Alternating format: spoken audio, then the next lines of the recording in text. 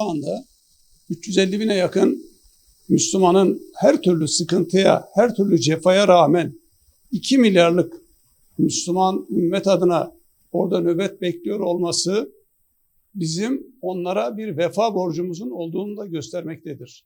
Dolayısıyla sıkça Kudüs-ü Şerif'e gidip oradaki Müslümanların moral desteğini artırmaya yönelik gayret ve çabamız bizim zeytinyağımızdır. Oradaki Müslümanların ihtiyaçlarını giderecek maddi destek sağlamak zeytinyağı göndermemizdir. Siyonistlerin kirli ayaklarıyla kirlettikleri Mescid-i Aksa'da gidip 1 saatlik bile olsa nöbet beklememiz bizim zeytinyağımızdır. Nihai hedef ise bunların ötesidir.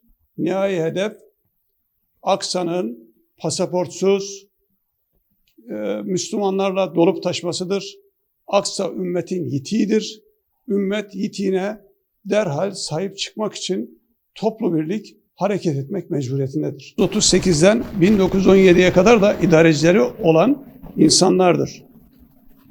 Bu kadar uzun süre sahip olunan bir beldeyi bundan yaklaşık 100 yıl önce şu ya da bu gerekçeyle terk ettikten sonra bu kadar Kudüs konusunda duyarsız kalmak elbette ki hepimiz için üzerinde çokça durulması gereken, çokça düşünülmesi gereken ve de düşündükçe de yüzümüzü kızartan bir mevzudur.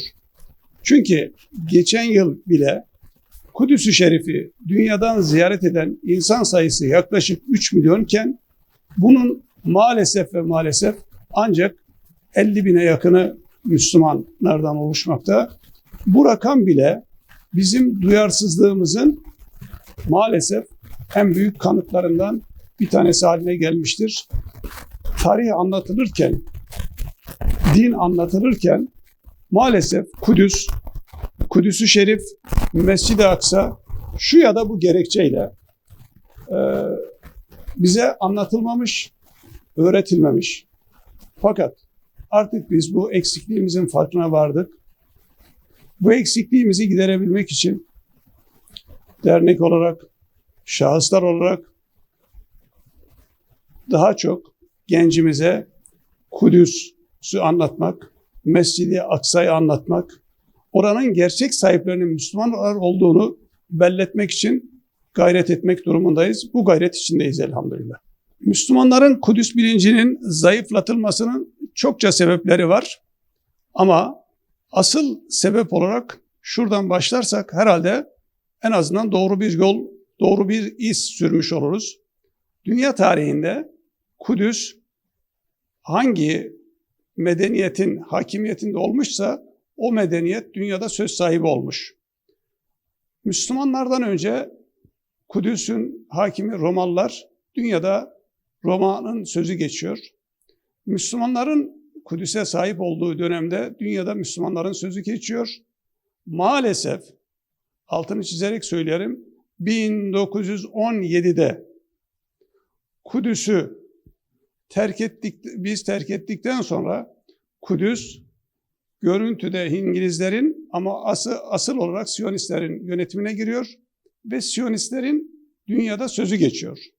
Siyonist zihniyetin emperyalizmle el ele vermesi neticesinde Müslüman ülkelerde gerek idareye, gerek eğitim sistemlerine şu ya da bu şekilde nüfuz ederek Kudüs bilinçli olarak unutturulmaya gayret edilmiştir. Nitekim de kamuoyunda yaptığımız araştırmalarda Kudüs'le alakalı nüfusunun ekseriyeti Müslüman olan bir ülkede bile bilinç seviyesi, ilgi seviyesi olabildiğince düşük. Bunun arka planında birilerini suçlamak değil, en büyük suçlu biziz. Biz gittiğimize sahip çıkmamışız.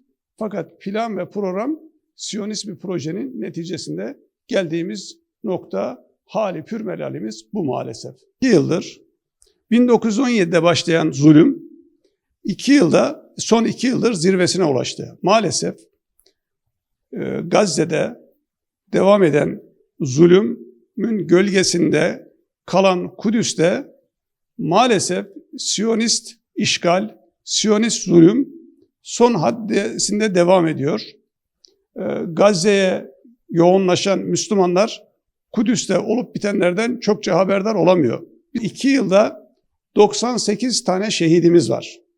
Bu 98 şehidimizin tamamı Siyonistler tarafından Kudüs'teki Müslümanların şehit edilmesi rakamıdır. Ve şehit ettiklerinden maalesef 44 tanesinin naaşını da esir tutmaktalar.